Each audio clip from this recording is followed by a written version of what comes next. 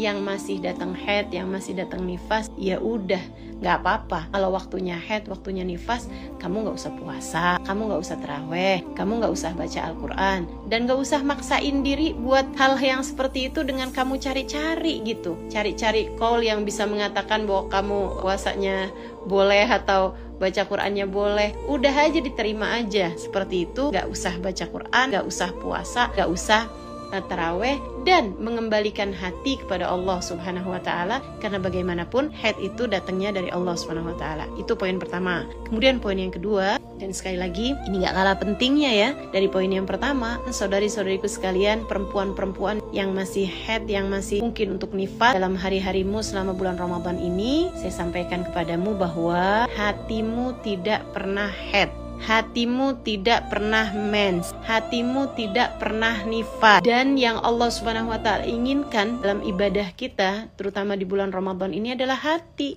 Jadi walaupun kamu sedang dalam keadaan haid, hati kamu enggak kok gitu. Hati kamu tetap bisa bercahaya dengan mengingat Allah. Hati kamu tetap bisa menjadi begitu indah ketika ia tawadhu dalam munajat, khusyuk dalam mengingat Allah Subhanahu wa Ta'ala. Hatimu bisa menjadi sangat wangi ketika ia mengenang manusia paling indah, baginda Nabi besar Muhammad sallallahu alaihi wa ala alihi wasallam, dan kamu sibuk lisanmu dengan bersolawat padanya. Hati kamu gak pernah mens, maka meskipun kamu sedang dalam keadaan berhalangan secara fisik, secara badan kamu berhalangan untuk berpuasa, lisan kamu berhalangan untuk membaca Al-Quran, kemudian lagi badan kamu berhalangan untuk sholat tarawih, akan tetapi hati kamu tidak pernah berhalangan untuk melakukan itu semuanya. Dalam artian, puasa nilainya apa sih? Nilainya adalah menahan lapar karena mengingat bahwasanya kita tidak perlu bergantung kepada apapun, hanya bergantung kepada Allah Subhanahu wa Ta'ala. Saat badan kita puasa, kan yang diharapkan hatinya mengingat kebergantungannya hanya kepada Allah. Bahwa kebergantungan kita terhadap nasi ternyata nggak sebegitunya. Bergantungan kita sama air ternyata nggak sebegitunya. Bergantungan kita sama makanan, minuman ternyata nggak sebegitunya. Toh di saat kita puasa, kita masih bisa hidup aja, teman-teman sekalian. Dan di